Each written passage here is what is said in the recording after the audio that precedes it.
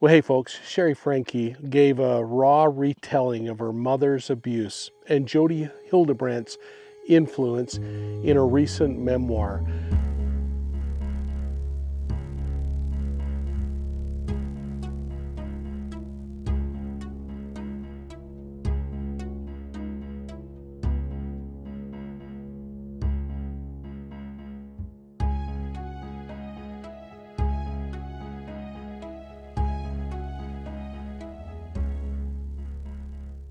I'm speaking today from the neighborhood where this all came to the attention of law enforcement with that 911 call.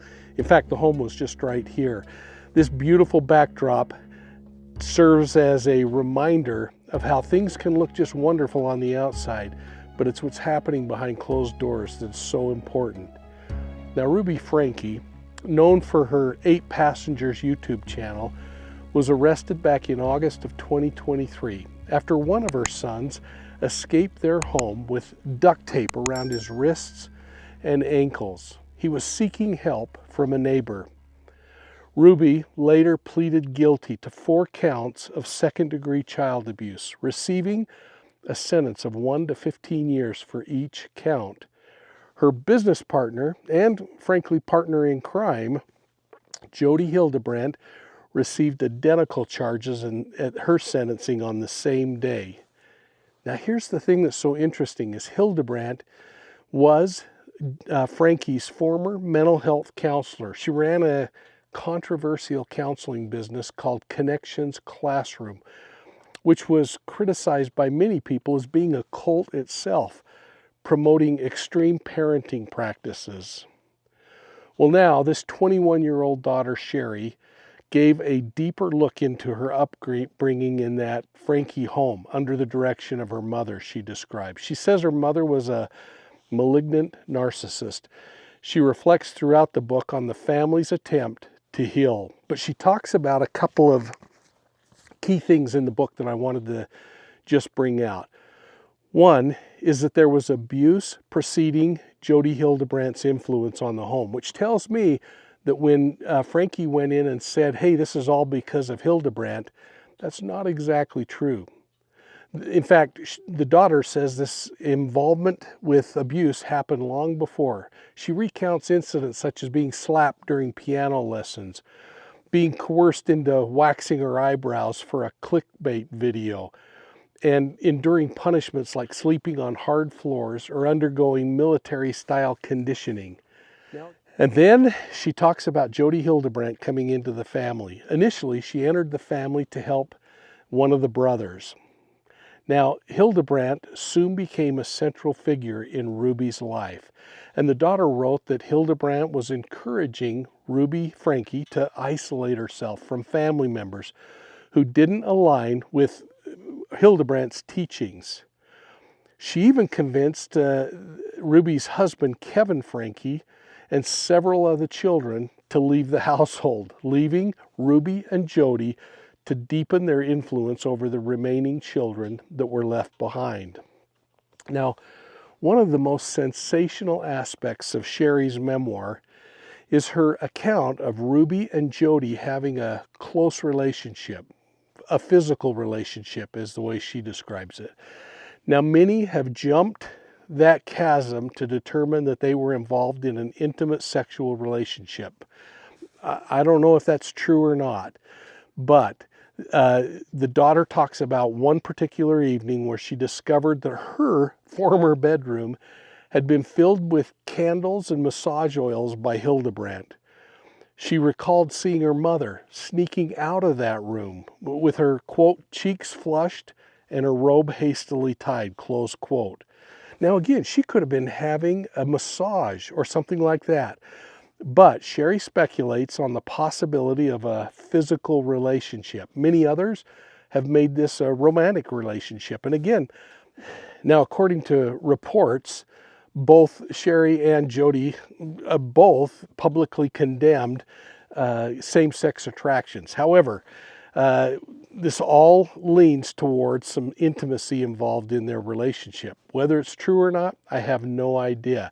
But to me, the important thing is there's no eyewitness evidence confirming that there was a sexual relationship going on between Ruby and Jody. The accounts rely on circumstantial observations, such as that dimly lit room, candles, massage oils, all which could alternately be interpreted as a part of an unconventional or even wacky therapeutic ritual. And it sounds like Hildebrandt had some wacky thoughts. Given the lack of concrete evidence, we, the readers, are left to question whether these details reveal a hidden relationship or merely this is evidence of an eccentric, dynamic duo. Who knows? But Sherry Franke's memoir does shed light on the toxic environment that was created when Ruby Franke and Jody Hildebrandt came together, intensifying that dysfunction. The allegations of intimacy between them adds an interesting layer of intrigue, but also it requires really careful scrutiny in my opinion, given the fact that there's no direct proof. Readers have to navigate these revelations with an open mind, questioning whether what appears suggestive might instead reflect the bizarre and manipulative environment fostered by the duo. So I want to talk about this multifaceted influence of Jody Hildebrandt on Ruby Franke. Hildebrandt's role in Ruby Franke's life, her family, and in this eventual downfall is a complex tapestry of possible motives, interpersonal dynamics, and psychological underpinnings. To understand Hildebrandt's intrusion into the Franke family and her influence on Ruby eventually, it's essential to examine the various theoretical perspectives, including professional ethics and boundaries, grooming behaviors, ideological convictions, and social or business opportunism. Now, I can't discount the fact that she also talked about the two of them, Hildebrandt and Franke, reading some of Chad Daybell's alleged doctrine and books that he was aligned with. All of that is really disturbing, and it was disturbing to the Franke daughter. But keep in mind that Hildebrandt was a licensed psychotherapist before she lost her credentials. And her entry into the Franke household might have initially been motivated by a genuine desire to address family dysfunction.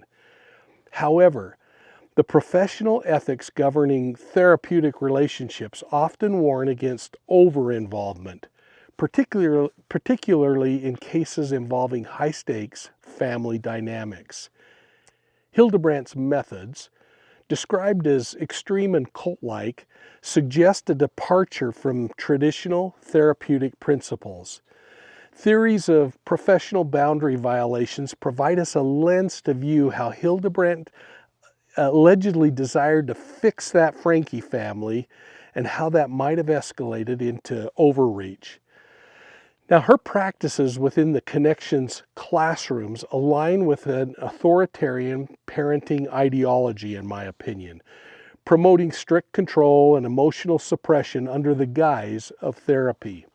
These approaches may have actually mirrored Hildebrandt's own convictions, leading to a really rigid, harmful influence on Ruby's parenting style. And we also have to think about boundary violations in therapy and how when those boundaries are broken, it can lead to significant harm to patients, including emotional and psychological distress. Such violations often stem from therapists who overstep their professional limits, resulting in detrimental effects on a client's well-being. Now, another plausible explanation for what happened is Hildebrandt's influence over Ruby and her intentions in manipulating or grooming the woman. Grooming, often discussed in the context of abusive relationships, involves establishing trust and dependency to exploit or control the other person. If Hildebrandt was actually drawn to Ruby for personal reasons, for romantic reasons, or for predatory reasons, the therapy sessions and subsequent coaching could have served as a vehicle to build emotional closeness between the two of them, isolating Ruby from external influences, like getting Kevin out of the house. These grooming behaviors are deliberate actions taken by predators to gain a victim's trust, and they create opportunities for abuse. In therapeutic settings, such behaviors can be subtle and manipulative, making it challenging for victims to recognize the developing exploitation that's actually going on. Theories of manipulation suggest that Hildebrandt allegedly encouraged Ruby to sever ties with her family, that it wasn't merely a therapeutic but a personal agenda. And this narrative is gaining traction with Franke's accounts of unusual behaviors and interactions between Ruby and Hildebrandt, including those instances of suggested physical contact or even intimacy. Now, again, while circumstantial, these observations highlight how manipulation has been a factor in the deepening of this relationship. I think it's important at this point to maybe talk about some of the ideological convictions and justifications people have for abuse. Because alternatively, Hildebrandt's actions might have stemmed from a deeply held ideological belief about parenting and discipline. Her promotion of corporal punishment and rigid control over the children could reflect a genuine, albeit misguided, conviction that these methods are necessary for raising well-adjusted individuals. From a theoretical standpoint, Hildebrandt's parenting philosophy aligns with authoritarian models, which emphasize obedience, punishment, and conformity at the expense of the emotional connection. Now, these beliefs may have resonated with Ruby, who was already employing similar kinds of tactics. Hildebrandt's role as a mentor could have been amplified by these tendencies, justifying and escalating abusive practices under the guise of therapeutic or moral imperatives. I actually spoke about this on Court TV. Let's catch that. Joining me in Utah, retired police commander, host of the podcast Profiling Evil, and author of the book Deceived, Mike King. What are your thoughts here? When did Ruby Franke break bad? You know, Vinny, this thing has got me so confused because I see myself kind of vacillating back and forth. And I really appreciate Tony's comments there because I was in that same camp. But then I had to kind of recalibrate after the daughter came out with the book saying that this kind of abusive behavior was going on long before that event of Jody Hildebrandt coming into the life. She says actually for a period of time, once Hildebrandt becomes a part of the Franke life and moves into the house and starts to take a strong role, kicks Kevin out, that all of a sudden, she says, in a wacky way, things are getting a little bit better. So that makes me wonder, what was the pre-event like in that family? What were the abuse things? And as we've listened to the son, who's been doing a lot of kind of admitting things that were going on as he games on and streams online, you start hearing other things that were happening. When you watch the daughter who says in the day of the arrest, finally something's happening, it takes me back to, was there some predisposition going on, some things happening, or was it this pursuit of fame and fortune and everything else? And the other thing I find myself vacillating a little bit on is whether Jody Hildebrandt was actually attracted to Ruby Franke, or if she was attracted to the money and the huge following that she had as she tried to build her own new streaming service, a new a body of people. So, Vinny, I don't know. I'm scratching my head because I keep vacillating back and forth. You know, to me, I look at this situation and just watching the evolution of the 8 passengers and how it started with, home videos and then sort of changed. And there were people who were watching videos that she was putting out there for the world to see, and people were calling up CPS and saying, Child Services, saying, something is not right here. And the one thing I'm wondering is, did that taste, and we all know it, that you know, that stream or have television shows, when you get that attention, the viewership, the following, whatever it is, you see something that works, you do more of it, right? Come on. We all do it, right? Mike, Tony, me, you, we all do it, right? The audience responds to something, and there's going to be a little bit more of it. And I'm wondering, Mike, I'll go to you again, if maybe she got a taste of that, and what people were responding to in the audience was when things were a little frictional with the children, and more people paid attention when she would do things, you know, punish the children or do something a little extreme, and then you kind of go down that slippery slope that we all can end up on. Yeah, yes. Some interesting things that have come out that I've found kind of intriguing are these incentive bonuses to the children of, hey, you'll get $100 if you come up with something that's kind of catchy or big or gripping for the public to hear and participate in. And the kids, the author of this book says, I was getting paid to come up with some of these things. I think just like you said, guys like Tony and me are constantly evaluating the ethics of what this social media world can do, because you can quickly sell your soul for a click or a like or an additional subscriber.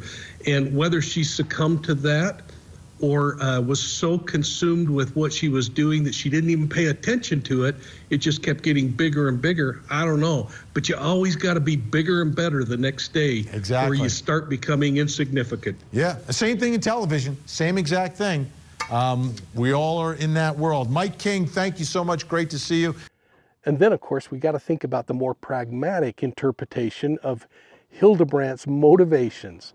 Was it that she sought to leverage Ruby Franke's substantial social media presence for personal gain? Think about it. Ruby Franke had millions of followers on the 8 Passengers channel. She represented a gateway, so to speak, for Hildebrandt to expand her audience and monetize her controversial Connections Classroom brand. To augment this, Hildebrandt created an open coaching position for Ruby so that she could be seen as someone aligned with Hildebrandt's business and take advantage of that Franke family notoriety.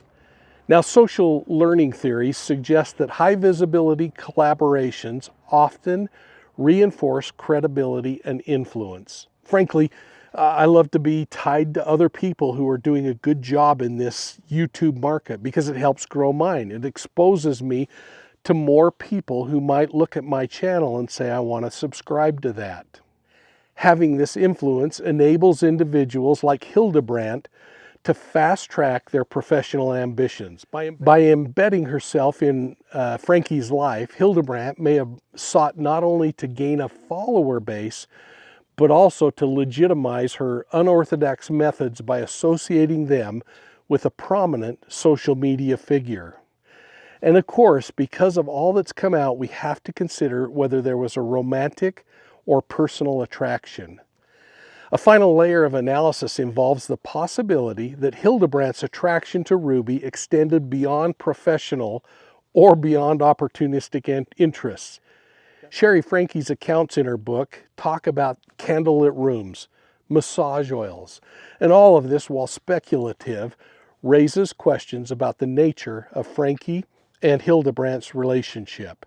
If Hildebrandt's motivations were rooted in a romantic attraction, her involvement with Ruby may have been driven by a personal desire rather than those therapeutic ideological concerns. This attachment theory provides a framework for understanding how emotional bonds can become enmeshed in professional relationships, especially when boundaries are not maintained. Hildebrandt's alleged encouragement of Ruby to isolate herself from her husband and her family may reflect an effort to monopolize Ruby's attention and deepen their personal connection. Now again, while there's no concrete evidence supporting a romantic or sexual relationship, there is circumstantial evidence that suggests there were some things happening that at least some members of the family found inappropriate. You may too. I'm not going to judge on this one. I'm just trying to keep us balanced and looking at facts. The potential, though, for emotional entanglement complicates the narrative.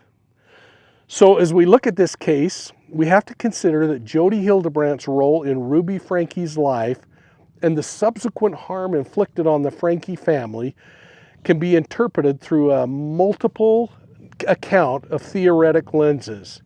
Whether this was all driven by professional overreach, or it was manipulated intentions, ideological fervor, business aspirations, or personal attractions, Hildebrandt's actions underscore the dangers of unchecked influence and blurred boundaries.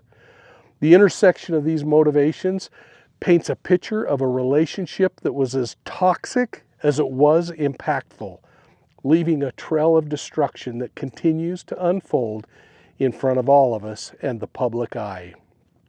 You know, as Sherry Franke's memoir sheds light on these dynamics, it's crucial that we as readers approach the revelations with a critical and nuanced perspective, recognizing the interplay of personal, professional, and systematic factors in this tragic saga. Now, I'd like to have your comments on this one, and I hope that you'll put them down below. It's really interesting. I don't think this is really a question about whether this was a romantic relationship. It was about the grooming and the pre-life of Ruby Franke. Was Ruby Franke already destined to become an abuser and commit those crimes on her children?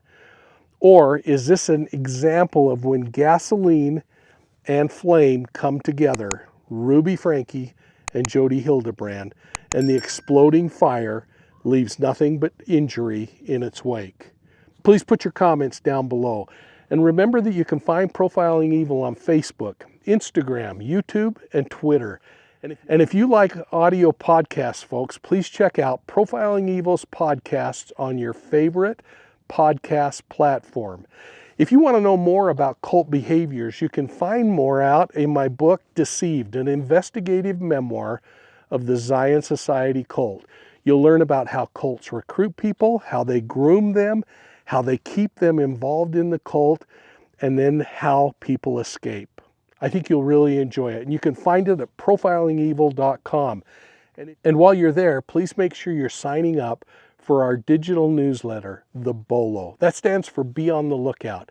And the only way you're going to get the Bolo is by signing up at profilingevil.com. And please, folks, take one last view of this incredible scenery just east of Jodi Hildebrandt's house. In fact, her house is right here about 100 feet away from me. This is a place where my family has had a winter home for many, many years. And I was shocked when I learned what happened here, just as you were. Hey, thanks for your support of Profiling Evil. We'll see you soon at the next crime scene.